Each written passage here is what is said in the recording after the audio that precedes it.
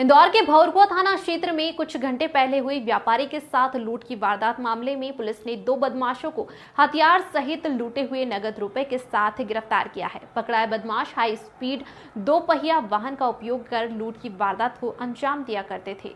इंदौर में अधिकांश लूटपाट की घटनाओं में देखा गया है कि बदमाश हाई स्पीड वाहनों का उपयोग कर वारदातों को अंजाम दे रहे हैं और इसी के तहत बीती शाम को भी 2 बदमाशों द्वारा भौरकुआ थाना क्षेत्र स्थित समता नगर पालदा क्षेत्र में पिस्टल अड़ाकर बदमाशों ने प्लास्टिक रस्सी की फैक्ट्री संचालक निकेश अग्रवाल के साथ 52,000 की लूट को अंजाम दिया, जिसके बाद पुलिस की 8 टीमों द्वारा 200 से अधिक सीसीटीवी कैमरे खंगाले गए और बदमाशों के आने से लेकर जाने तक के मार्ग कैमरे के माध्यम से सर्च कर उन्हें चंद घंटों में गिरफ्तार कर लिया गया। पकड़े गए बदमाशों का नाम सुमित उर्फ शूटर और शैलेंद्र उर्फ शूटर बाबा के नाम से फेमस बदमाशों को पकड़ा गया है। बदमाशों पर पुराने भी अपराध दर्ज है और उनसे जो पिस्टल बरामद हुई है उस विषय में भी पुलिस अवैध हथियार संबंधित मामले में पूछताछ कर रही है कि वह हथियार कहां से लेकर आए थे। यदि वह हथियार चल जाता तो एक बड़ी घटना शहर में व्यापारी के साथ घटित हो सकती थी। Bureau report. एक व्यापारी के ऑफिस में घुसकर लूट की वारदात को अंजाम देने वाले आरोपी को गिरफ्तार किया। क्या बैकग्राउंड आया, किस तरह से टीम ने इनको पकड़ा? कल दिनांक 15 को लगभग शाम की घटना है। समता नगर उद्योग क्षेत्र जो है पालदा में, वहाँ पर एक व्यापारी के द्वारा शिकायत करी गई थी कि उसकी दुकान में 2 अज्ञात व्यक्तियों द्वारा घुसकर पिस्टल अड़ाकर उसके पास रखे हुए पैसे लगभग 52,000 रुपये लूट करके ले गए थे। शिकायत मिलने के बाद में त्वरित कार्रवाई करते हुए थाना की पुलिस, भौरकुआ थाना की पुलिस वहाँ पहुँची और मामला पंजीबद्ध किया है। इसके बाद लगातार 4 टीमों का गठन करके सभी डायरेक्शंस में सीसीटीवी फुटेज को खंगाला जा रहा था और उनके फुटेज मिलने के बाद में सब तरफ से पूछताछ करी गई। इसके बाद में एक संदेही का पता किया गया, जिससे पकड़कर पूछताछ करने पर उसके द्वारा घटना करना बताया गया और घटना में 2 आरोपी गिरफ्तार किए गए हैं, जो कि भावना नगर और सोनिया गांधी नगर के निवासी हैं। दोनों बालिग आरोपी हैं। इनके पास से एक देसी पिस्टल और एक राउंड बरामद किया गया है। सर, ये क्या करते हैं? नशे के आदी? दोनों ही आरोपी जो हैं, ये जो मादक पदार्थ है उसका सेवन करते हैं, उसके आदी हैं और कल दिनांक की घटना के दौरान भी इनके द्वारा मादक पदार्थ का सेवन किया गया था और नशे में ही इन्होंने इस प्रकार की घटना कारित करी है। जी हाँ, एक आरोपी का आपराधिक रिकॉर्ड पूर्व का पाया गया है, जिसमें वो गिरफ्तार हुआ था। बाकी दूसरे का आपराधिक रिकॉर्ड नहीं है। सर, फरियादी के वहाँ पर कैसे जानकारी लगी कि कितना रुपया या किस तरह से चिन्हित करा था, क्या रेकी करी थी? ये नशा करके एट रैंडम ही उस जगह में घूम रहे थे और दुकान खुली मिलने पर और वहाँ पर वो जो व्यापारी है बैठा मिलने पर रैंडमली उनके दुकान में गए और पिस्टल लड़ाकर उन्होंने लूट करने की वारदात बताई है। सर, पिस्टल कहाँ से लाए थे, कुछ जानकारी थी? अभी दोनों का पीआर लेकर इनसे विस्तृत पूछताछ की जाएगी। पिस्टल कहाँ से लेके आए थे, नशा कहाँ से करते हैं और कितनी घटना कारित करी इन्होंने, इसके बारे में जानकारी एकत्र करके उसके ऊपर वैधानिक कार्रवाई करी जाएगी। देश दुनिया की ताजा और तमाम बड़ी खबरों से अपडेट रहने के लिए देखते रहिए खबर की खोज, क्योंकि हम आपको रखते हैं खबरों से अपडेट। साथ ही खबरों को सबसे पहले देखने के लिए हमारे चैनल को लाइक करें, शेयर करें, सब्सक्राइब करें और खबरों के नोटिफिकेशन के लिए बेल आइकन दबाना बिल्कुल न भूलें।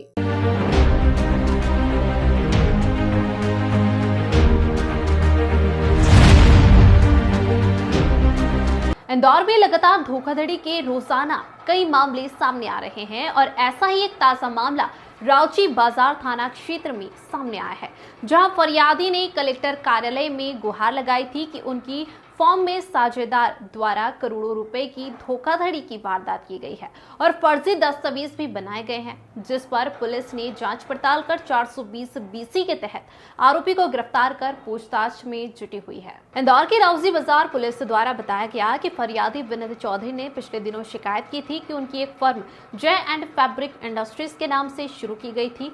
फर्म में संजय अग्रवाल सहित उनकी पत्नी साझेदार बनी और उसके बाद कंपनी में आने वाले रुपयों को स्वयं की पत्नी के अकाउंट में ट्रांसफर किए जाने लगे और इसी के साथ कंपनी की 1 लाख रुपए की संपत्ति भी स्वयं के हित को देखते हुए अपने नाम पर कर ली। इसी के साथ फर्जी तरीके से प्रमाण पत्र बनाकर और स्वयं की इनकम 48,000 रुपए बताते हुए करोड़ों की धोखाधड़ी की गई और घटना को अंजाम दिया गया। पूरे मामले में फरियादी ने कलेक्टर कार्यालय में शिकायत की थी। शिकायत के आदेश के बाद पुलिस ने पूरे मामले में जांच पड़ताल करने के बाद 420E सहित विभिन्न धाराओं में प्रकरण दर्ज किया है। मामले में आरोपी बनाए गए संजय अग्रवाल को पुलिस ने गिरफ्तार कर लिया है और उससे विभिन्न पहलुओं पर जांच पड़ताल की जा रही है। Bureau report. आपने इस पूरे मामले में किस तरह की शिकायत की थी और क्या था मामला? एक संजय अग्रवाल नाम का जो व्यक्ति था, पार्टनरशिप फर्म थी J&A इको फैब्रिक इंडस्ट्रीज़, उसके अंदर वो हमारे साथ पार्टनरशिप थे और वो पति और पत्नी दोनों हमारे फर्म में भागीदार थे। और जब हमारी फर्म स्टार्ट हुई, फर्म को चलते हुए उसने हमारे साथ अपने निजी फर्म के खातों में काफ़ी राशि का गबन किया, करोड़ों रुपए की राशि का गबन किया। और उसने फर्जी दस्तावेज़ बनाकर, काफ़ी सारे फर्जी दस्तावेज़ बनाकर उसने कूटनीतिक रचनात्मक तरीके से उसने हमारी फर्म को काफ़ी नुकसान पहुंचाया और हमारी फर्म घाटे में चली गई। फर्म हमारी घाटे में जाने के बाद में उसने बोल दिया कि मैं फर्म नहीं चला पाऊंगा और इसके एवज में उसने हमारे हक में उसने प्रॉपर्टी का हमारे हक में उसने हत्या कर दिया। और उसके बाद हत्या कर दिया उसने, और हत्या करने के बाद में जब फिर उसने अपनी जो इनकम है, उसने अपनी जो वार्षिक आय है वो 48,000 रुपये बताई सालाना, जबकि वो आर्थिक रूप से काफ़ी सक्षम है। उसने काफ़ी तरीके से हर तरफ से फर्म को और हमें काफ़ी तरीके से नुकसान पहुंचाने की और उसने यहाँ की प्रशासन के साथ भी उसने गलत तरीके से अपने आप को प्रूफ किया और गलत तरीके से आय प्रमाण पत्र बनाकर उसने फर्जी तरीके से काफ़ी गलत तरीके से काम करवा के और उसने सभी को नुकसान पहुंचाया है। और इसको लेकर आपने कोर्ट में लगाया था? इस जानकारी को लेकर जब हमें ये सब पता चला और उसने इस तरीके से हमारे साथ हरकत करी, गलत तरीके से हरकतें करी, तो हमने इसकी सारी शिकायतें प्रशासनिक विभाग को और जो भी प्रशासनिक विभाग है सभी को हमने लिखित में शिकायत दर्ज कराई। और इस संबंध में हम ये चाहेंगे कि इस व्यक्ति को गिरफ्तार किया गया है और इसके ऊपर आज हमें न्याय मिला और हम यही चाहेंगे कि हमें न्याय मिले और इस पर सख्त से सख्त कार्रवाई की जानी चाहिए इस विषय में। आपका नाम? मेरा नाम विनीत कुमार चौधरी।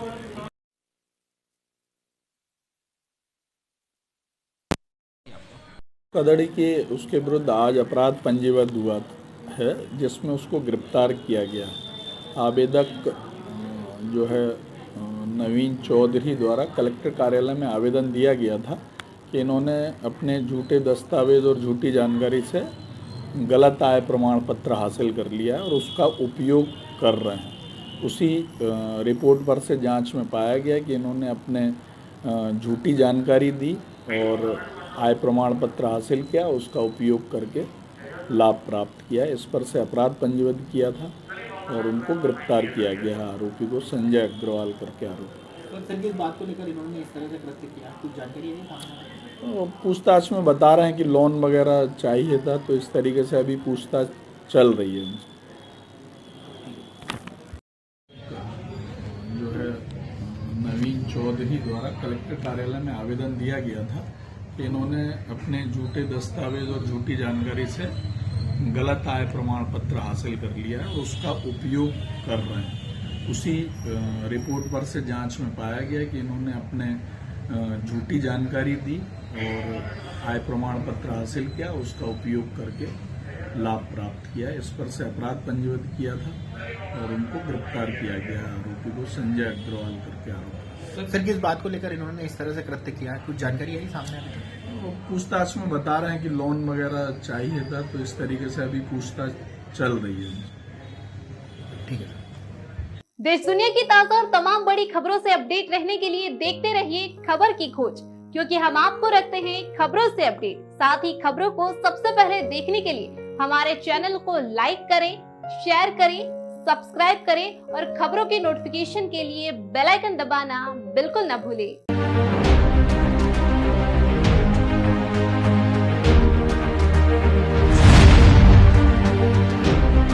बैतूल में जिला अस्पताल में पिछले 5 दिनों से अपनी मांगों को लेकर अनिश्चितकालीन हड़ताल जारी है। नर्सिंग ऑफिसरों ने आज सरकार की सद्बुद्धि के लिए हनुमान चालीसा का पाठ किया। इस दौरान 20 प्रोफेशनल नर्सिंग ऑफिसर भी आज काम बंद कर हड़ताल में शामिल हो गई है। हड़ताली कर्मचारियों ने आज धरना देते हुए सरकार पर वादा खिलाफी का आरोप लगाया है। ढोल मंजीरों के साथ उन्होंने हनुमान चालीसा का पाठ करते हुए सरकार को सद्बुद्धि देने की ईश्वर से मांग की। नर्सिंग ऑफिसर नम्रता रघुवंशी ने बताया कि आज हमारी हड़ताल का 5वां दिन है। 8 सूत्रीय मांगों पर आज तक सरकार की तरफ से ना तो कोई आश्वासन मिला है, ना ही कोई कार्रवाई की गई है। जो मांगे पहले दिन से थी वह आज भी यथावत है। आज हम लोगों के द्वारा यहां हनुमान चालीसा का पाठ किया गया, क्योंकि शासन के द्वारा अभी तक किसी भी प्रकार की कोई प्रतिक्रिया या कोई रिजल्ट नहीं दिया गया। मनोज धोटे की रिपोर्ट। जी, क्या नाम है आपका? जी, मेरा नाम नम्रता रघुवंशी है। रघुवंशी जी, बताइए आज कौन सा दिन है आपकी हड़ताल का और क्या आपकी मांगे? आज हमारी हड़ताल का 5वां दिन है और हमारी मांगे जो फर्स्ट डे से थी वही मांगे हमारी आज भी हैं। अच्छा, आज क्या किया गया आप लोगों के द्वारा? आज हम लोगों के द्वारा यहाँ पर हनुमान चालीसा का पाठ किया जा रहा है। क्या वजह है हनुमान चालीसा का पाठ करना पड़ा आपको? क्या है आपके? जी, क्योंकि शासन के द्वारा अभी तक किसी भी प्रकार की कोई प्रतिक्रिया या कोई रिजल्ट हमें नहीं दिया गया है, तो ये मतलब हमारी तरफ से शासन को मतलब एक प्रकार से जगाने के लिए कि हमारी तरफ ध्यान दीजिए, हमारी जो भी आवश्यक मांगे है उन पर विचार करिए और उन्हें पूर्ण करने की कृपा करें। लगातार आपका यह हड़ताल का 5वां दिन है, पर अभी तक के कोई अधिकारी या कोई कर्मचारी आपसे मिलना है या किसी प्रशासन के किसी बंदे से आपकी कोई बात हो पाई है? नहीं, प्रशासन के किसी बंदे से हमारी कोई बात नहीं हुई है। रही बात अधिकारी कर्मचारियों के आने की, तो समर्थन में हमारे यहाँ के डॉक्टर्स आ रहे हैं, जब जैसा जिनको समय मिल रहा है कब आ रहे हैं समर्थन देने डॉक्टर्स हमारे डिस्ट्रिक्ट हॉस्पिटल के। कब तक रहेगी आपकी हड़ताल? देखिए, आज 5वां दिन है।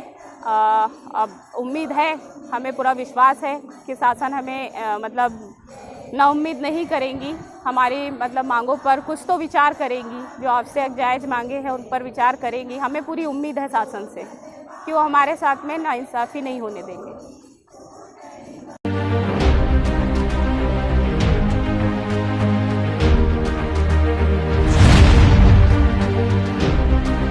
कोतवाली थाना क्षेत्र का मामला बताया जा रहा है, जहां फरियादी के द्वारा थाने में वीडियो में बताया गया कि उसकी गाड़ी यूपी से चोरी हो गई थी, जिसकी जानकारी उसे अपने किसी परिचित ने दी कि उसकी गाड़ी बैतूल में देखी गई है।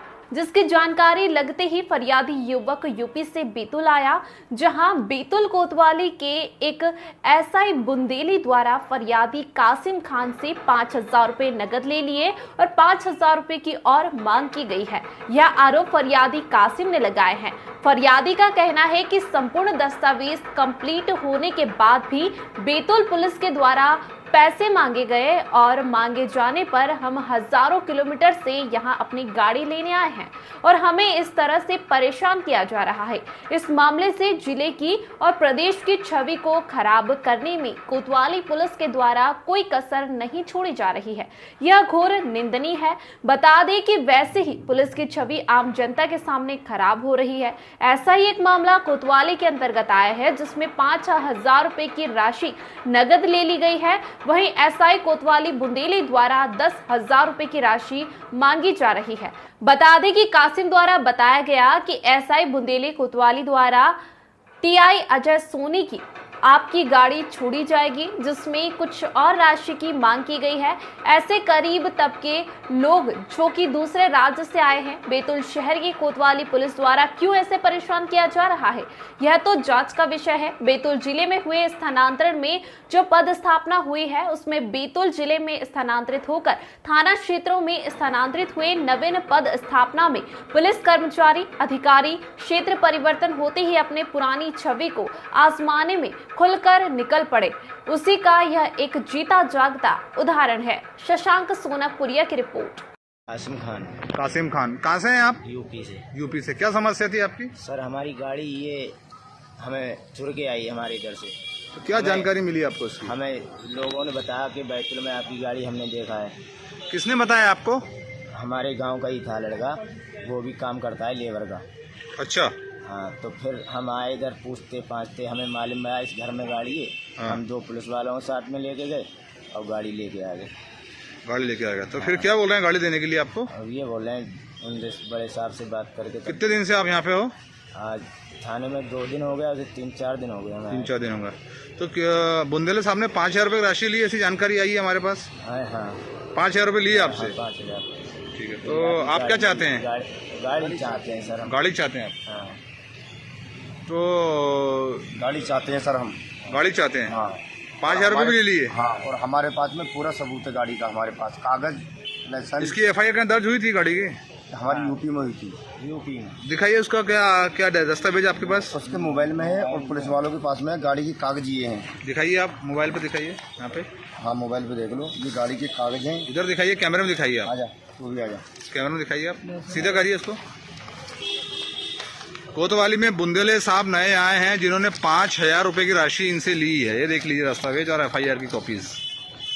उसके बाद भी लगातार इनको प्रताड़ना का सामना झेलना पड़ रहा है। 3 दिन से भूखे प्यासे हैं, खाना नहीं खाया है। 3 दिन से भूखे प्यासे हैं। ये क्या मामला है और किस चीज़ का है जो यूपी से फरियादी आए हैं? कासिम खां नाम है इनका। कासिम खां पिता पुत्र आरिफ खां, ये बदायूं अलापुर यूपी के रहने वाले हैं। कल दोपहर में थाने आके इन्होंने एक आवेदन दिया था कि उनकी मोटरसाइकिल यहाँ जो चोरी गई थी बदायूं से, वो मोटरसाइकिल यहाँ बैतूल में किसी के घर पे खड़ी है।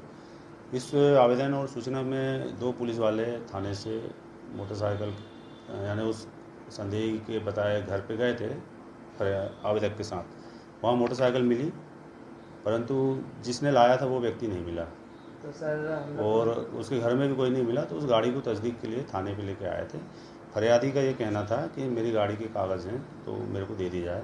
अभी मेरी उनसे बात भी हुई है, कागज़ हैं उसके पास और गाड़ी हम उनको हैंड ओवर भी कर देंगे, परंतु हम इस बात की तस्दीक कर रहे हैं कि कौन व्यक्ति उसको लाया है और जिसने उसको मकान किराए पे दिया है वो कौन है, ताकि क्लियर हो। सर आपके के स्टाफ जो अभी 2 दिन पूर्व ही पदस्थ हुए हैं ऐसा ही बुंदेला जी करके, उन पर 5,000 रिश्वत का आरोप लग रहा है। ये फरियादी कुछ कह रहा है। ये चीज़ अभी नॉलेज में आई है आप लोगों के माध्यम से। तो इसमें अभी बातचीत हुई है, तो 2 लोग गए थे, एक सब इंस्पेक्टर बुंदेला गए थे और एक होमगार्ड के जवान गए थे।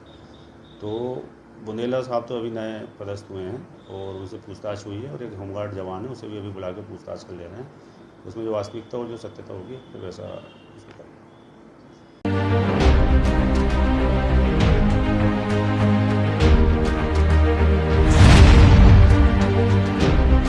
मध्य प्रदेश के बैतूल में भी पटवारी घोटाले को लेकर विरोधों की आवाज बुलंद होती नजर आ रही है। कांग्रेस के छात्र संगठन NSUI और समस्त बेरोजगार छात्र और कोचिंग संस्थान संगठन से जिला कलेक्टर पहुंचकर एक ज्ञापन के माध्यम से उच्च स्तरीय जांच एवं दोषियों पर कड़ी कार्रवाई की मांग की है। आपको बता दें कि NSUI ने आरोप लगाया है कि भाजपा पर व्यापम घोटाले नंबर कांड के घोटाले के दाग घुले नहीं थे कि वर्तमान में पटवारी घोटाला सामने आ गया। पटवारी भर्ती में सत्ता दल बीजेपी के एक विधायक के परीक्षा केंद्र ने न सिर्फ 114 अभ्यर्थियों का चयन हो गया है, बल्कि टॉप 10 में 7 परीक्षार्थी इसी केंद्र में आए हैं। सभी टॉपर्स के स्कोर करीब करीब एक जैसे होने से गड़बड़ियों की आशंका गहरी गई है। मध्य प्रदेश के मुख्यमंत्री शिवराज सिंह चौहान मध्य प्रदेश के युवाओं और युवतियों को अपना भांजा और भांजी बताते हुए खूब छाती पीटते हैं और दूसरी तरफ भ्रष्टाचार में इनके लिए उनकी पार्टी और विधायक कार्यकर्ताओं को संरक्षण देते हैं। वहीं समस्त बेरोजगार छात्र एवं कोचिंग संस्थान संगठन ने भी आरोप लगाए हैं कि मध्य प्रदेश में ग्रुप 2 सब ग्रुप 4 पटवारी परीक्षा 2023 परिणाम में घोटाला हुआ है। जिस प्रकार से परीक्षा परिणाम में टॉप 10 में से 7 छात्रों का परीक्षा केंद्र NRI कॉलेज ग्वालियर से 9,000 अभ्यर्थियों में से अधिकतर चयनित अभ्यर्थी परीक्षा केंद्र NRI कॉलेज के हैं, जिसमें ज्यादातर टॉपर्स के हस्ताक्षर हिंदी में हैं। एक ही परीक्षा केंद्र से इतने टॉपर्स का आना पोटा न होने की और ध्यान केंद्रित कर रहा है। दिलचस्प बात यह है कि संयुक्त परीक्षा केंद्र में इतने कठिन पेपर में अन्य परीक्षा दी कि अभ्यर्थी जहां 140 नंबर नहीं ला पाए, वहीं कथित और NRI कॉलेज ग्वालियर के इस केंद्र के अभ्यर्थियों ने 178 अंक हासिल किए हैं। तमाम तरह के स्क्रीनशॉट और छात्रों के रिजल्ट सोशल मीडिया पर आ रहे हैं, जिसमें अभ्यर्थियों ने 160 से अधिक अंक प्राप्त किए हैं। यह सभी अभ्यर्थी NRI कॉलेज ग्वालियर के एक ही परीक्षा केंद्र में परीक्षा देने पहुंचे थे। परीक्षा परिणाम में हुए घोटाले की उच्च स्तरीय जांच की जाए। जिस तरह से विरोध की आवाजें भी बैतूल में बुलंद होने लगी है। शशांक सोनकपुरिया की रिपोर्ट। ये व्यापम घोटाले के विरोध में है और हम सरकार के द्वारा इसकी कड़ी से कड़ी कार्रवाई और इस घोटाले की निंदा करते हैं। हम सारे छात्र यहाँ की बैतूल के जितने जो स्टूडेंट हैं जो लंबे समय से प्रतियोगी परीक्षा की तैयारी कर रहे हैं, अपने खून पसीने की कमाई से एग्जाम देते हैं और एग्जाम देने वहाँ भोपाल तक जाते हैं और उसके बाद हमको पता चलता है कि भ्रष्टाचार हो गया, घोटाला हो गया, सीट बेच दी गई है। एक ही कॉलेज से हजार लोग सेलेक्ट हो जाते हैं, बाकी 10,000 स्टूडेंट हैं उसमें से स्टूडेंट सेलेक्ट ही नहीं होते हैं। इसके विरोध में हम यहाँ पर एक ज्ञापन लेके आए हैं। हमारी मुख्य मांग ये है कि सरकार इस पटवारी व्यापम जो घोटाला हुआ है इसकी निष्पक्ष जांच करे और जांच के साथ साथ जो कार्रवाई होगी उसमें दोषियों को कड़ी से कड़ी कार्रवाई करे। ऐसी कंपनियां जो है फर्जी पेपर बनवाती है, अपने पेपर घोटाला करती है, एक दूसरे को जो है पेपर बेचती है और ऑनलाइन सेटिंग करवा के सिलेक्शन करवाती है, इनको जांच करके इनको ब्लैकलिस्टेड करे और आने वाली जो परीक्षाएं हैं, परीक्षा कांस्टेबल की हो, एसआई की हो या आने वाले समय में कोई भी परीक्षा हो, इसमें अगर घोटाला होगा तो इसके बाद सरकार हमारे आंदोलन के लिए तैयार रहे और आगे यह आंदोलन और उग्र होगा। अगर कार्रवाई नहीं होगी तो इसके लिए सरकार जो है खुद जिम्मेदार है। हम छात्र आज जो 14 जुलाई है इसको ये मांग करते हैं कि इसके खिलाफ सरकार जो है अपनी कार्रवाई करे। ऐतिहासिक और ये हमारा छात्र संगठन है, छात्रों के द्वारा बिना राजनीतिक पार्टी बिना किसी विधेयक के। क्या नाम है आपका? मैं जैद खान एनएसयूआई जिलाध्यक्ष। जैद खान बताया, आज जो आप लोग आए थे यहाँ पर, क्या मांगे आप लोगों की, क्या समस्या लेके आए? हमारी ये मांग है कि जिस तरीके से ग्वालियर में एक भाजपा के विधायक राजू कुशवाहा जी द्वारा एक जो इतना बड़ा पटवारी का घोटाला किया गया, इसमें लगातार पिछले बार भी देखा गया तो व्यापम में कोई कार्रवाई नहीं हुई। शिवराज सिंह चौहान जो मुख्यमंत्री है, मामा बनता है भांजियों का, उनने क्या मामा और क्या कर रहा भांजा भांजियों के लिए, सब चीज़ देखो, चारों तरफ पूरा भ्रष्टाचार फैला हुआ है, तो इसमें कोई कार्रवाई नहीं होती है। सिर्फ एक वो करते हैं, कल उनने एक वो दिए कि उनके ऊपर जांच होंगी, उनकी जो भी है उसको निरस्त किया जाता है, लेकिन ऐसा कुछ नहीं होगा। ये हमको पता है कि ये भ्रष्टाचार में लिप्त है और भ्रष्टाचार मामा है, ये कभी भांजा भांजियों का कभी फायदा नहीं करेगा। आप लोग क्या चाह रहे हैं? हम लोग ये चाह रहे हैं कि जो दोषी लोग हैं उन पर कठोर से कठोर कार्रवाई होनी चाहिए, उनको अरेस्ट किया जाए और उन पर केस दर्ज किया जाए। हमारी एनएसयूआई संगठन की ये मांग है। देश दुनिया की ताजा और तमाम बड़ी खबरों से अपडेट रहने के लिए देखते रहिए खबर की खोज, क्योंकि हम आपको रखते हैं खबरों से अपडेट। साथ ही खबरों को सबसे पहले देखने के लिए हमारे चैनल को लाइक करें, शेयर करें, सब्सक्राइब करें और खबरों की नोटिफिकेशन के लिए बेल आइकन दबाना बिल्कुल न भूलें।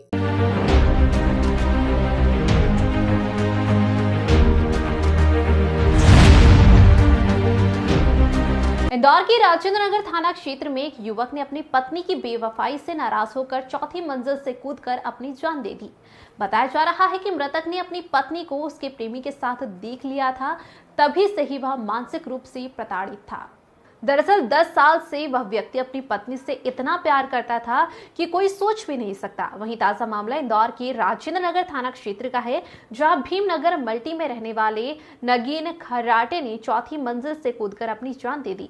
मृतक अपनी पत्नी के अवैध संबंध को लेकर कुछ दिनों से काफी परेशान चल रहा था।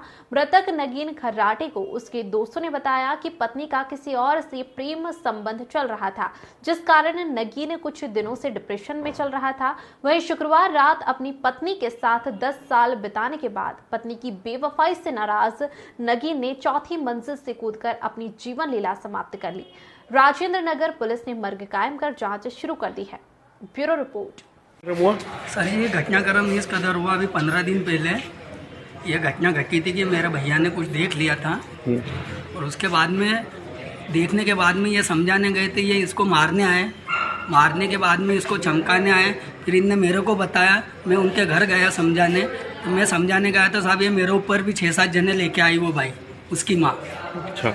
हाँ, और समझाने जाओ तो साहब दादागिरी कर रहे, बोले क्या कर लोगे। क्यों किया सुसाइड, क्यों किया साहब जी? सोसाइटी इनके चक्कर में करा इसने। किसके चक्कर में? घरवाली के और वो छोरे के चक्कर में। अच्छा, क्या घरवाली का किसी और से संबंध थे? अच्छा। हाँ। कितनी उम्र थी इनकी? इनकी 35 साल थी। क्या नाम था? नवीन खराटे। शादी को कितने वर्ष हुए थे? शादी को हो गए थे साहब 10 साल। कितनी उम्र होगी इनकी? इनकी उम्र होगी 35 का। अच्छा, क्या काम करते हैं ये पेंटर का काम करते हैं। रहने वाले कहाँ के हैं ये राजेंद्र नगर भीमनगर मल्टी। अच्छा, ठीक है। कितने बच्चे हैं इनके? 3। ठीक है। आपका नाम? पंकज। आप क्या लगते हैं उनके? उनके बड़े भैया। नगर थाना क्षेत्र में क्या नाम आपके सामने है? नवीन पिता शिवराम खराटे। कितनी उम्र है? 33 साल। क्या काम करते हैं सर ये? कुछ मजदूरी करता था। क्या करता था? पुताई का काम करता था। क्या कारण रहा सर सुसाइड करने? अभी तो छत से गिरना बताया है। छत से नशा करता था, है ना। तो शरीर में छत से कूदने पर शरीर में चोट लगने से। ठीक सर, आपका शुभ नाम?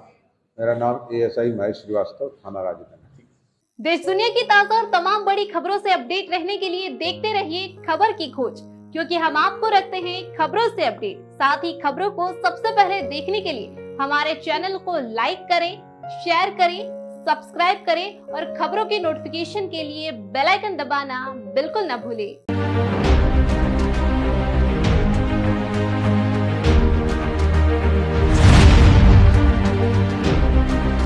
बैतूल जिले के मुल्ताई में गुरुवार थाना अंतर्गत ग्राम सहन गांव में गौना निवासी नाबालिग सुमित का शव एक खेत में प्राप्त हुआ था, जिस पर पुलिस ने तत्परता से सुमित के 6 हत्यारों को गिरफ्तार कर थाने लाया, जिसकी जानकारी एसडीओपी नम्रता सोधिया के प्रेस कॉन्फ्रेंस में दी गई। एसडीओपी ने बताया कि मृतक अपने ही गांव की लड़की से प्रेम करता था, जो लड़की के एक अन्य मित्र को गवारा नहीं था, जिसने मृतक सुमित को फोन पर समझाया कि वह लड़की से बात न करे, लेकिन मृतक नहीं मान रहा था, जिसके बाद मामले में आरोपी रुपेश धोटे ने 5 अन्य लोगों के साथ मिलकर सुमित की तार से गला घोंटकर हत्या कर दी और शव को सहन गांव के पास खेत में लाकर फेंक दिया। पुलिस ने मामले में सनसनीखेज खुलासा करते हुए बताया कि मृतक सुमित को लड़की द्वारा फोन पर अपने दूसरे मित्र से मिलने को कहा गया था। दूसरे मित्र ने मृतक को फोन कर मिलने बुलाया था, जहां उसकी हत्या कर दी गई। मामले में आरोपी रुपेश को छोड़ अन्य 5 बाल अपचारी शामिल है। पुलिस ने सभी को गिरफ्तार कर प्रकरण दर्ज किया है। वहीं हत्या में प्रयुक्त मोटरसाइकिल और तार सहित मृतक का मोबाइल जब्त किया है। पूरा मामला त्रिकोणीय प्रेम प्रसंग का सामने आया है, जिसके चलते मृतक सुमित की हत्या कर शव को खेत में फेंक दिया गया था। उपरोक्त मामले में थाना प्रभारी प्रज्ञा शर्मा, चौकी प्रभारी SI बसंत अहके, ASI अमित पवार सहित अन्य पुलिस कर्मियों का अहम योगदान रहा। शशांक सोनापुरिया की रिपोर्ट। थाना मुल्ताई क्षेत्रांतर्गत मासौद चौकी के अंतर्गत सहन गांव में सूचना प्राप्त हुई कि एक व्यक्ति मृत अवस्था में पड़ा हुआ है, जिसकी तस्दीक हेतु श्रीमान पुलिस अधीक्षक महोदय और अतिरिक्त पुलिस अधीक्षक महोदय के निर्देशन में तत्काल थाना प्रभारी मुल्ताई और उनकी टीम को रवाना किया गया। जांच के तहत हमें यह तथ्य सामने आए कि जो मृतक था उसका किसी लड़की के साथ अफेयर था और वो उससे शादी करना चाहता था, परंतु लड़की और उसके घर वाले किसी और लड़के के साथ एंगेज थे और शादी करना चाहते थे। ये ट्रायंगल के कारण लड़की और उसके जिससे शादी होने वाली थी उसके कुछ दोस्तों ने मिलकर जो मृतक है इसकी हत्या करने का प्लान किया और प्लान के तहत ही उसको अपने जो उसका निवास स्थान है उसके पास फ़ोन करके आरोपियों द्वारा बुलाया गया और बुलाने के बाद उसकी तार से गला घोंटकर निर्मम हत्या कर दी गई। भी जब्त किया गया है और जिस तार से उसका गला घोंटा गया उसको भी जब्त किया गया है। कितने आरोपी बने हुए? इसमें कुल 6 आरोपी हैं। लड़की से।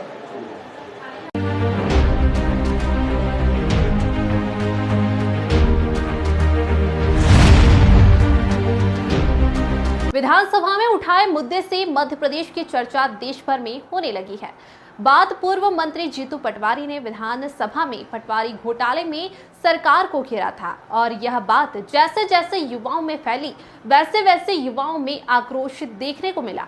आक्रोश ने इतना बड़ा रूप ले लिया कि प्रदेश भर के जिलों की सड़कों पर हजारों की संख्या में युवा उतर आए और इंदौर कलेक्टर ऑफिस पर भी नजारा देखने को मिला।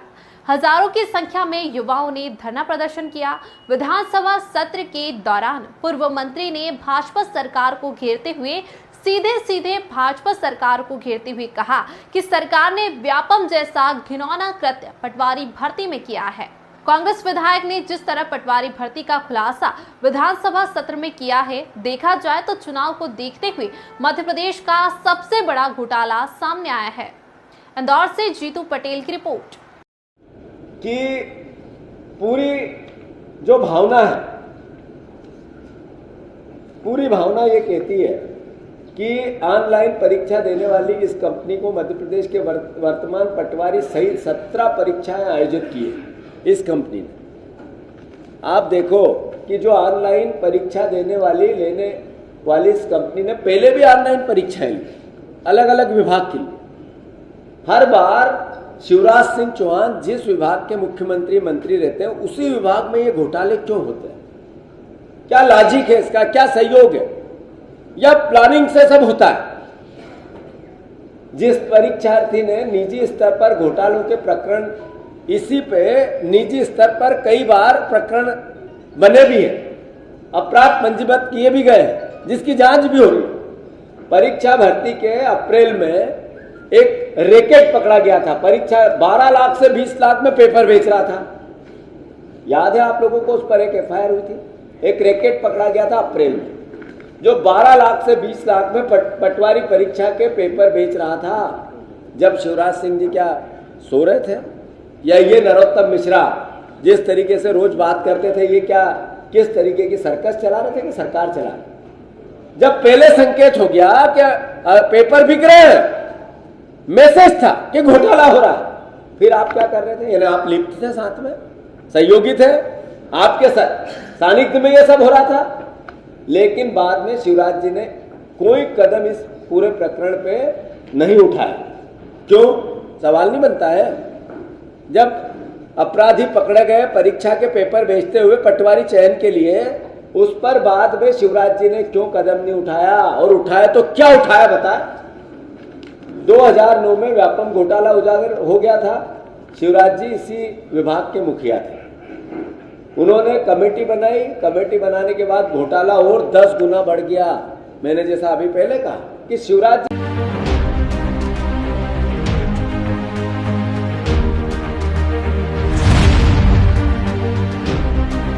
इंदौर में बदमाशों के हौसले लगातार बुलंद होते जा रहे हैं। इसी कड़ी में बागटांडा की चड्डी बनियान गिरोह ने एक बार फिर एक कॉलोनी में दबिश दी और सुरक्षा गार्ड को बंधक बनाकर डकैती की वारदात को अंजाम देकर फरार हो गए। फिलहाल फरियादियों की शिकायत पर पुलिस ने चोरी की धाराओं में प्रकरण दर्ज कर इतिश्री कर आसपास लगे सीसीटीवी फुटेज के आधार पर आरोपियों की तलाश शुरू कर दी है। बता दें कि जल्द ही पकड़ने के दावे किए जा रहे हैं।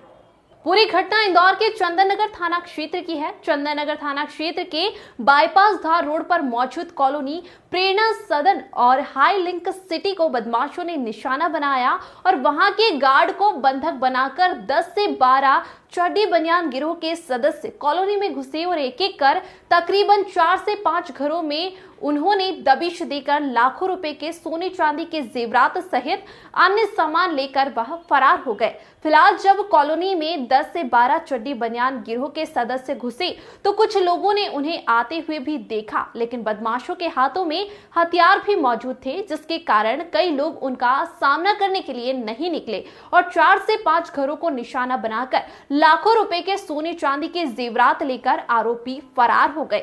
वहीं फरियादी भारत, जो कि खाटू श्याम गए हुए थे, उनके घर पर ताला लगा हुआ था। उस घर को भी बदमाशों ने निशाना बनाया और उनके घर में सोने चांदी के जेवरात सहित नगद रुपए रखे हुए थे, उसे भी बदमाश लेकर फरार हो गए। इसके बाद एक गोडाउन को भी बदमाशों ने निशाना बनाया। तो वहीं कॉलोनी में मौजूद एक चर्च में भी बदमाश चोरी की नीयत से घुसे और वहां पर भी मौजूद विभिन्न तरह के कंप्यूटर व अन्य सामान रखा हुआ था, उसे भी लेकर बदमाश फरार हो गए। इसी तरह से कई और जगहों पर भी उन्होंने इसी तरह से वारदात को अंजाम दिया और फरार हो गए। फिलहाल क्षेत्र में लगे सीसीटीवी कैमरों को खंगाला गया तो उसमें देखा गया कि किस तरह 10 से 12 बदमाश चड्डी बनियान में मौजूद है, उनके हाथों में हथियार है, वह एक एक कर कॉलोनी में घुस रहे हैं और वारदात को अंजाम देकर बड़ी आसानी से फरार हो रहे हैं। फिलहाल जब इस पूरे मामले की जानकारी कॉलोनी के रहवासियों ने पुलिस को दी तो पुलिस ने मात्र फरियादियों की शिकायत पर चोरी का प्रकरण दर्ज कर मामले में इतिश्री कर ली है, जिससे पुलिस की कार्यवाही पर सवाल खड़े हो रहे हैं। Bureau report.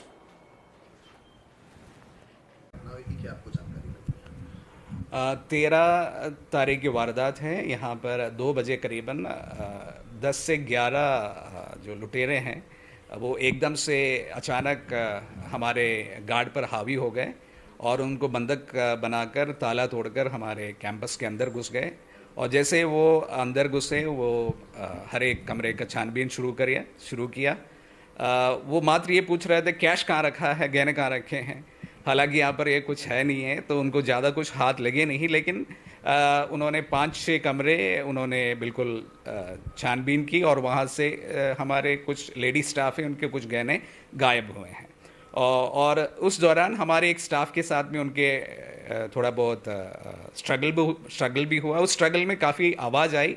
ये आवाज़ सुनने के बाद उन लोग तुरंत जगह से निकल गए और वो आवाज़ सुनकर हम भी उठे, हम भी एकदम से बाहर आए।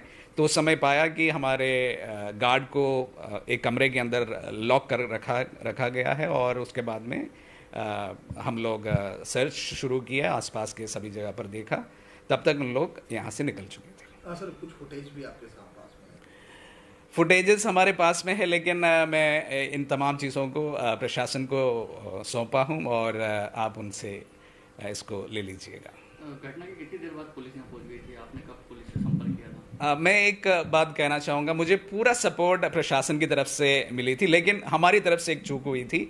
जैसे वारदात हुई हम उन्हें इन्फॉर्म करना चूक गए थे और जिस वजह से शायद उनको मौके वारदात से भागने के लिए समय मिल गया था। काफी अधिकारी भी आए थे आप लोगों का, उन्होंने अच्छा जी, यहाँ पर काफ़ी सभी अधिकारी आए थे, संभाग 4 के एसपी और क्राइम एसपी, सभी लोग यहाँ पर पहुँचे थे। थाना प्रभारी टीआई चंदन नगर के और अन्नपूर्णा से भी यहाँ पर पधारे हुए थे और वे सब इस जांच को आगे बढ़ा रहे थे। फिंगर प्रिंट एक्सपर्ट्स आए थे, साइबर क्राइम एक्सपर्ट्स आए थे। तो सभी लोग, मुझे लगा कि प्रशासन की तरफ से पूरे सहयोग हमें प्राप्त हुआ। हम आपके माध्यम से उन्हें धन्यवाद भी देना चाहते हैं। मैं फादिर आनंद, संसद संचालक। सर उन बदमाशों ने वारदात जी, ये धार रोड पर श्री राम तलावली में एक इंस्टीट्यूट है, प्रेरणा सदन।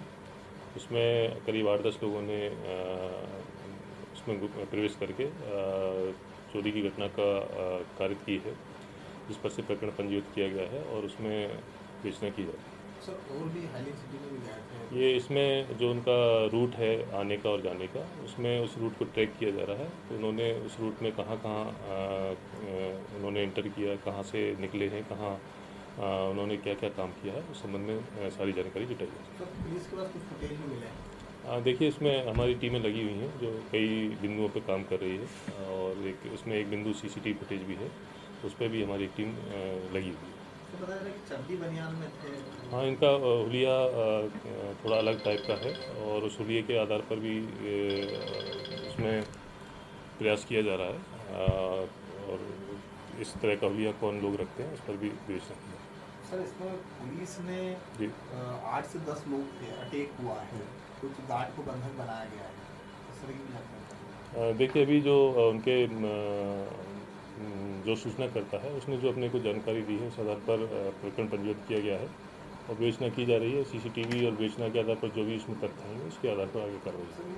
डकैती को चोरी में परिवर्तन हो गया? नहीं, ऐसा कुछ नहीं है। जो सूचना अपने को प्राप्त हुई है उसी आधार पर कार्रवाई की। देश दुनिया की ताजा और तमाम बड़ी खबरों से अपडेट रहने के लिए देखते रहिए खबर की खोज, क्योंकि हम आपको रखते हैं खबरों से अपडेट। साथ ही खबरों को सबसे पहले देखने के लिए हमारे चैनल को लाइक करें, शेयर करें, सब्सक्राइब करें और खबरों के नोटिफिकेशन के लिए बेल आइकन दबाना बिल्कुल न भूलें।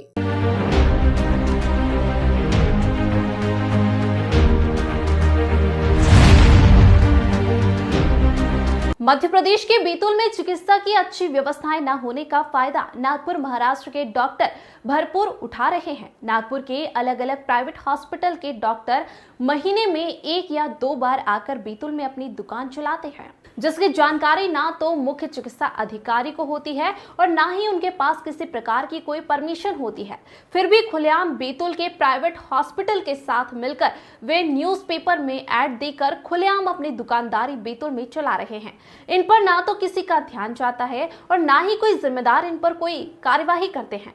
कारण यह है कि इनकी जानकारी जिम्मेदारों को होती ही नहीं है, या हो सकता है कि इसमें भी कोई साठ गांठ हो। अभी तक ताजा मामला सामने आया है जिसमें मरीज के परिजन ने नागपुर के एक डॉक्टर अमेय बेडकर पर बैतूल के लश्करी हॉस्पिटल में आकर इलाज करने और जेनेरिक पीजी कंपनी की दवाई बिना बिल के मरीज को बेचने की शिकायत की। तब जाकर विभाग को इसकी जानकारी हुई। आपको बता दें कि इस पूरे मामले को लेकर बैतूल हमलापुर निवासी राधेश्याम यादव ने लिखित शिकायत दर्ज करवाई और बताया कि नागपुर में संचालित वॉक हार्ट हॉस्पिटल के डॉक्टर अमेय बेडकर द्वारा लश्करी हॉस्पिटल में दिनांक 11 जुलाई 2023 को चाचा को लेकर गया था। उनकी एंजियोग्राफी और एंजियोप्लास्टी का इलाज भोपाल के अस्पताल में हुआ था, जिसकी फाइल भोपाल के अस्पताल की देखने पर लश्करी अस्पताल में आए नागपुर के वॉक हार्ट अस्पताल के डॉक्टर अमेय बेडकर ने नाराजगी व्यक्त की है और बैतूल की भोली भाली जनता को अपने वॉक हार्ट अस्पताल नागपुर में ठगने के लिए आ रहे हैं। शशांक सोनकपुरिया की रिपोर्ट।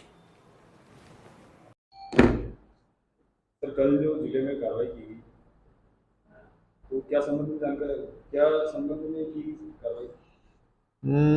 कल जो कार्रवाई की गई उसमें एक दल को गठित करके हमने कार्रवाई कराई, तो उसमें पिछले कुछ दिनों से बार बार शिकायतें आ रही थी कि यहाँ पे बाहर के डॉक्टर आके इलाज करते हैं और हफ्ते में एक बार या महीने में एक बार आके मरीजों को इलाज करके वो चले जाते हैं, जिसका शासन को किसी प्रकार की कोई जानकारी नहीं होती है। तो हमने कल कार्रवाई करें, ऐसे मेडिकल स्टोर चिन्हित जो पेपरों में मतलब ऐड देते हैं, पर्चियाँ भेजते हैं कि आज के दिन ये डॉक्टर यहाँ उपलब्ध रहेंगे, उनके द्वारा किसी भी प्रकार की कोई यहाँ से अनुमति नहीं ली जाती है। तो उसके रिगार्डिंग कल कार्रवाई की और हमने ये सुनिश्चित करना चाहा कि जो डॉक्टर आते हैं तो वाकई वो योग्यता वाले हैं, कौन सी डिग्री वाले हैं कि नहीं है। ऐसे में तो मतलब ये भी हो सकता है कि मतलब बगैर डिग्री वाला भी आके बैठ के मतलब चला जाए, और जब किसी प्रकार की कोई मास कैजुअलिटी हो सकती है तो उसमें प्रशासन जिम्मेदार होता है। तो हमने ये कार्रवाई की है और इसमें आगे इसकी पुनरावृत्ति ना हो उसके लिए बगैर परमिशन के बैतूल में इस टाइप के डॉक्टरों का भ्रमण रोकने में हम बराबर कार्रवाई करते रहेंगे। इसमें प्रमुखता से जो कल जिनके शिकायतें आई थी तो अपना गड़ेकर मेडिकल है और कांतीलाल मेडिकल हो गया, ओम मेडिकल है, कुछ हॉस्पिटल थे जिसमें लश्करी हॉस्पिटल, तो इन पे कार्रवाई करके इनको नोटिस जारी किया है। ये अपना मतलब 3 दिन के अंदर इसका उत्तर देंगे। सर, मेडिकल में फार्मासिस्ट नहीं है, इसके बारे में क्या करें? इसमें हमने ड्रग इंस्पेक्टर को भी एक जांच के लिए कल टीम में गठित भेजा था और वो भी अपना जांच प्रतिवेदन देगा, उसके बाद निकल के आएगा कि कौन से मेडिकल ऐसे हैं जो बगैर फार्मासिस्ट के चल रहे हैं। तो लश्करी हॉस्पिटल में क्या कार्रवाई की? लश्करी हॉस्पिटल में बस ये था कि डॉक्टर मतलब जो बुलाते हैं उसकी यहाँ से अनुमति नहीं ली थी, तो वो उनके डॉक्यूमेंट्स 3 दिन के अंदर उपलब्ध कराएंगे, उसके बाद ही जानकारी दे पाऊँगा। और सर, जिले के ऐसे हॉस्पिटल यहाँ पर बाहर से जो डॉक्टर आते हैं तो उसको चिन्हित करके क्या कार्रवाई करेंगे? वही मैंने बोला कि मतलब अब इनसे 3 दिन का समय दिया है, ये उनके डॉक्यूमेंट्स यहाँ प्रस्तुत करेंगे कि कौन वैलिड है कौन नहीं है, और आगे अगर इस टाइप के डॉक्टरों की ज़रूरत है शहर को तो वो यहाँ से पूर्व अनुमति के बगैर नहीं उन डॉक्टरों को बुलाएं।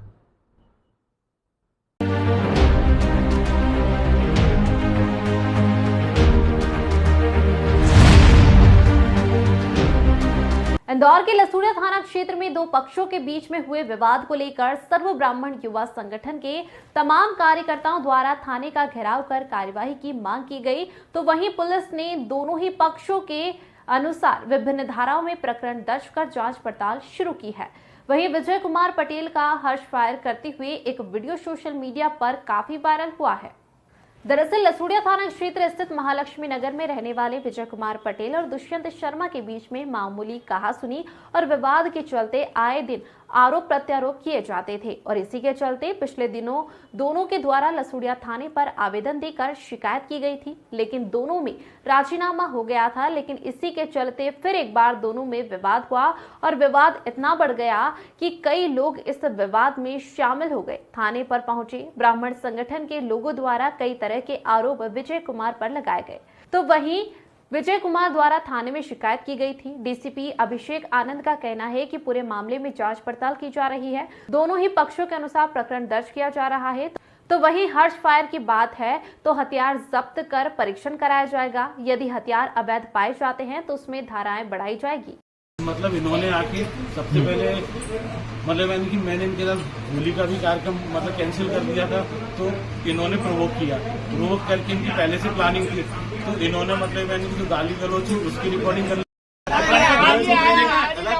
गणपत राम जी का है अभी एक और आएगा तो मालूम नहीं पड़ेगा। अरे एक और यहाँ महालक्ष्मी का केस है जिसको घर से जवानों को बुला के बिना एफआईआर के उठवाया गया, चमकाया गया। वो व्यक्ति भी यहाँ मौजूद है, उसने कमिश्नर में शिकायत करी है, उसको भी सामने पेश कर रहे हैं। एक मिनट, उसको भी पेश कर। मतलब पुलिस किसी को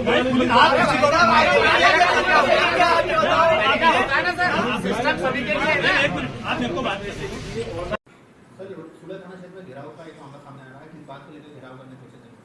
लसुड़िया थाना क्षेत्र में एक प्रकरण सामने आया जिसमें एक आवेदन प्राप्त हुआ था थाने पर, जिसमें महालक्ष्मी नगर की ये घटना है, जिसमें एक बताया गया था कि एक जो व्यक्ति है अपने पड़ोसी को एक पिस्टल दिखा करके चमका रहा है, तो इस पर से और वो सामने वाले व्यक्ति को डरा धमका रहा है। इस तरह से आवेदन थाने पे प्राप्त हुआ था, जिस पर पुलिस ने जो है उससे एक जो व्यक्ति है उससे एक पिस्टल जब्त की है। इस पूरे मामले की जांच की जा रही है कि पिस्टल या एयर गन वो क्या असली है कि नकली है, इस पूरे मामले की तस्दीक की जा रही है। साथ में इस जो फरियादी है जिनसे आवेदन प्राप्त हो उसके बेसिस पे एक एफआईआर भी पंजीबद्ध किया जा रहा है। और ये जो साथी ये अपन सभी व्यक्तियों से बोलते हैं इसमें कि पूरी जो है इसमें सुरक्षा व्यवस्था और कानून व्यवस्था बनाए रखने में पुलिस का सहयोग करें और जो आपराधिक तत्व उनके खिलाफ कड़ी कार्रवाई करने में पुलिस का सहयोग करें। अभी तक बाकी तथ्यों की जांच की जा रही है, अन्य तथ्य आने पे इस पे पूरा विस्तृत प्रकरण बताया जाएगा। देश दुनिया की ताजा और तमाम बड़ी खबरों से अपडेट रहने के लिए देखते रहिए खबर की खोज, क्योंकि हम आपको रखते हैं खबरों से अपडेट। साथ ही खबरों को सबसे पहले देखने के लिए हमारे चैनल को लाइक करें, शेयर करें, सब्सक्राइब करें और खबरों की नोटिफिकेशन के लिए बेल आइकन दबाना बिल्कुल न भूलें।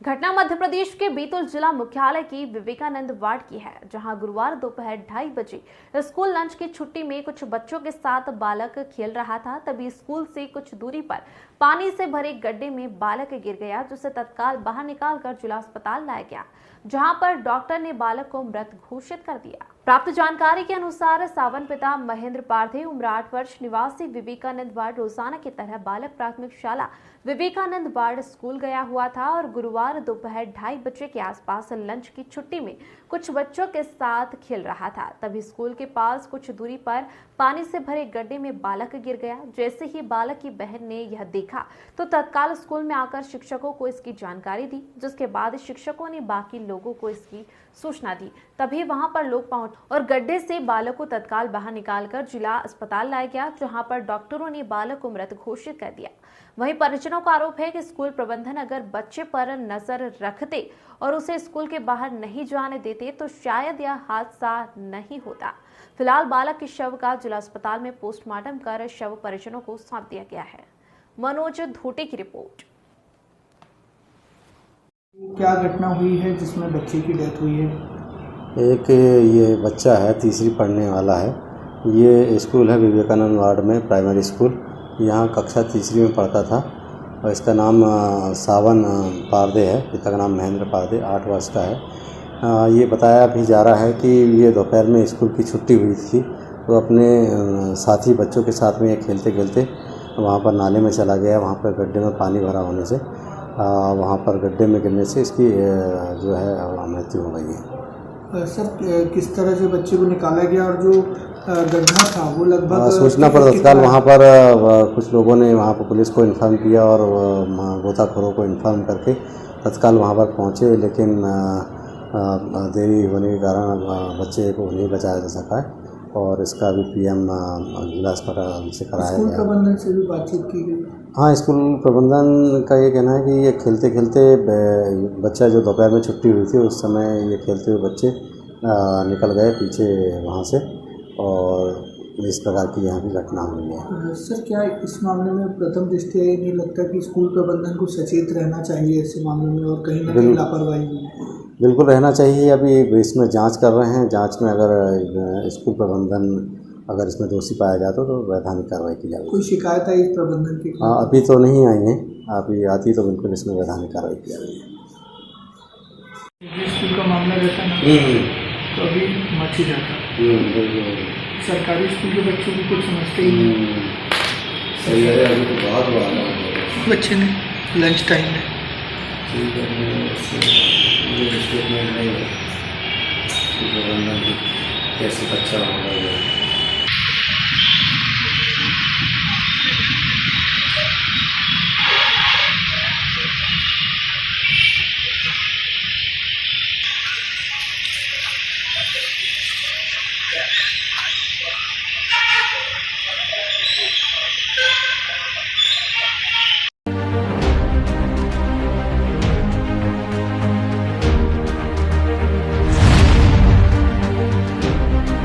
मध्य प्रदेश के बैतूल में चल रही नर्सिंग स्टाफ की हड़ताल का खामियाजा आम जनता को भुगतना पड़ रहा है।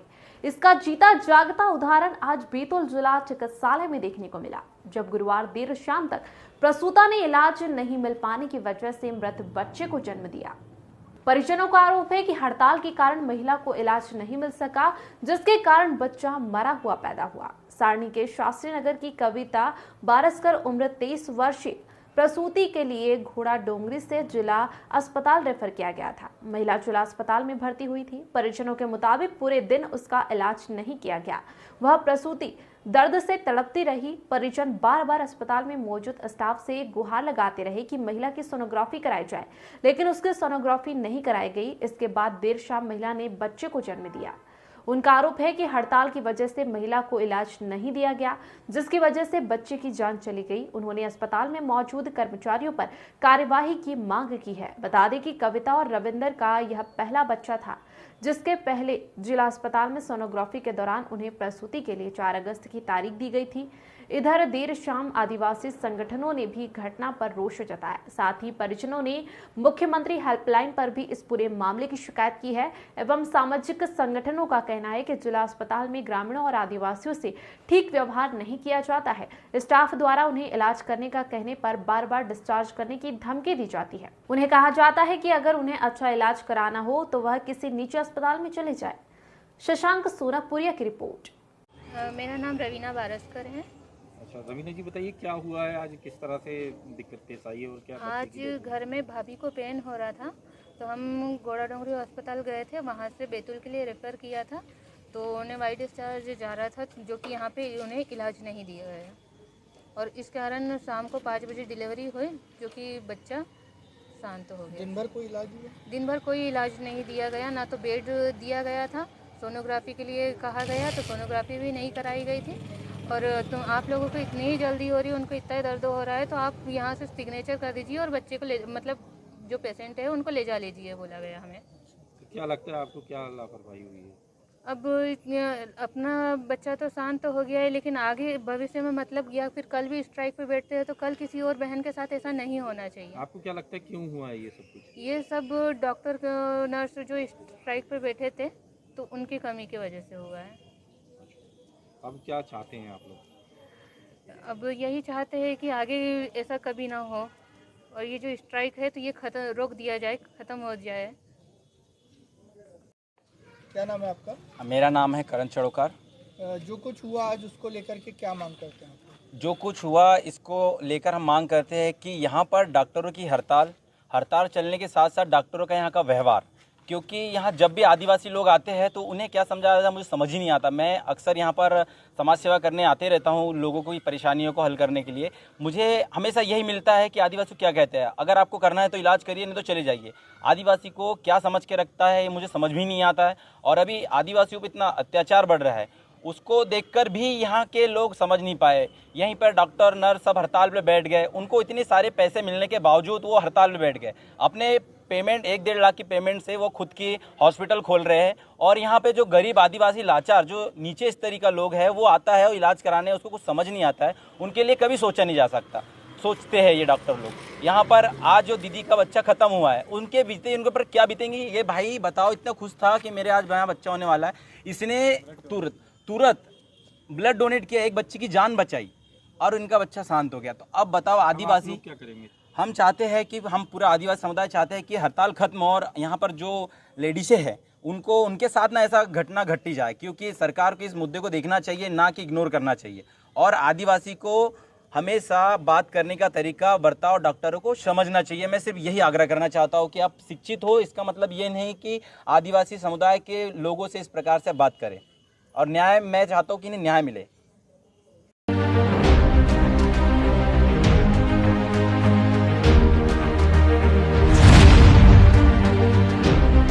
इंदौर में मटन कारोबारी के यहां हुई लाखों की चोरी मामले में पुलिस ने व्यापारी के लड़के के दोस्त को गिरफ्तार कर चोरी मामले में खुलासा किया है कि उसके पास से लाखों रुपए नकद और सोने चांदी के जेवरात बरामद किए गए हैं। युवक नशे का आदी बताया जा रहा है। इंदौर के पंडरीनाथ थाना क्षेत्र में रहने वाले सरफुद्दीन कुरैशी के यहां से लाखों रुपए के सोने चांदी के जेवरात और नकदी की चोरी की वारदात पिछले दिनों घटित हुई थी, जिसमें बताया जा रहा है कि फरियादी मटन व्यवसाय से जुड़ा हुआ था और उसके वहां पर लाखों रुपए का लेन देन होने के कारण रुपए घर में ही रखा करता था। इसी के चलते व्यापारी के लड़के का दोस्त जिब्रान खान को संदिग्ध पाते हुए उसे सख्ती से उससे पूछताछ की गई तो उसने पूरी चोरी की घटना कबूल की, जिसके बाद पुलिस ने उसके पास से सोने चांदी के जेवरात और कुल नगद 3,30,000 रुपए बरामद किए। फिलहाल पकड़ाए जिब्रान से पुलिस बारीकी से पूछताछ में जुटी हुई है ताकि अन्य चोरी के मामले में भी खुलासा किया जा सके। बताया जा रहा है कि पकड़ाए युवक नशे का आदी है और नशे की लत के कारण ही वह इतनी बड़ी चोरी को अंजाम दे चुका था। Bureau report. दिनांक 8 जुलाई को ये मुल्ला बाकी बिल्डिंग के पास में रहने वाले एक फरियादी द्वारा बताया गया था कि उनके घर में ताला तोड़कर घर में घुसकर चोरी करी गई। उनके घर का काफ़ी सोने चांदी के जेवरात और नकदी कोई अज्ञात चोर चुरा कर लेके गया है। शिकायत के बाद में पंडरीनाथ थाना क्षेत्र में मामला पंजीबद्ध किया गया था। उसके बाद लगातार टीम आरोपियों की तलाश में लगी हुई थी। आसपास के लगे हुए सीसीटीवी फुटेज को देखा गया, मकबूलों से पूछताछ करी गई और आसपास के लोगों से पूछताछ करी गई। इसमें कुछ संदेहियों के नाम सामने आए, जिनको फॉलो करने के बाद में एक संदेही से कड़ाई से पूछताछ में ये मालूम पड़ा कि उसके द्वारा ये घटनाक्रम करना पाया गया है। और जो सामान चोरी गया था उसने उस सामान को पहले तो बेचने की कोशिश करी थी, लेकिन बेच नहीं पाने के चक्कर में उसको छुपा के रखने के लिए उसने अपने घर का जो सेप्टिक टैंक का पाइप होता है उसके अंदर डाल के रखा था, जहां से सामान बरामद किया गया है। बरामदगी में लगभग 6 तोला सोना, जिसमें सोने चांदी के जेवरात, जो नेकलेस हैं, टॉप्स वगैरह, और लगभग 3 लाख रुपए की नकदी बरामद करी गई है। आरोपी का पूर्व आपराधिक रिकॉर्ड रहा है। आरोपी नशा करने का आदी है और जो फरियादी है उनके बेटे के साथ में संपर्क में रहता था। इसी कारण से उसे इनके घर में मूवमेंट और बाकी सब चीज़ों की जानकारी थी, जिसके बाद उसने नज़र रख के इस प्रकार से घटनाक्रम किया है। फिलहाल अभी आरोपी से पूछताछ जारी है। इसमें और चीज़ें निकल के आने पर कार्रवाई करी जाएगी। आरोपी जिब्रान करके नाम अभी सामने आ रहा है, जो कि छतरीबाग का रहने वाला है। उसके पूर्व में रिकॉर्ड है और इस प्रकार से वो अभी तक उसका कुछ कार्यशैली या क्या काम करता है ऐसा कुछ क्लियर नहीं है। मजदूरी वगैरह करता है और नशा करने का आदी है।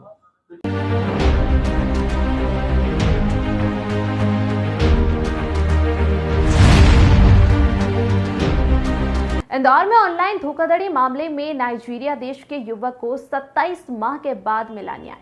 पुलिस दिल्ली से पकड़कर लाई थी युवक को। पूरे मामले में न्यायालय के अधिवक्ता जिल शर्मा ने मीडिया से चर्चा कर पुलिस की कार्यप्रणाली पर सवाल उठाए।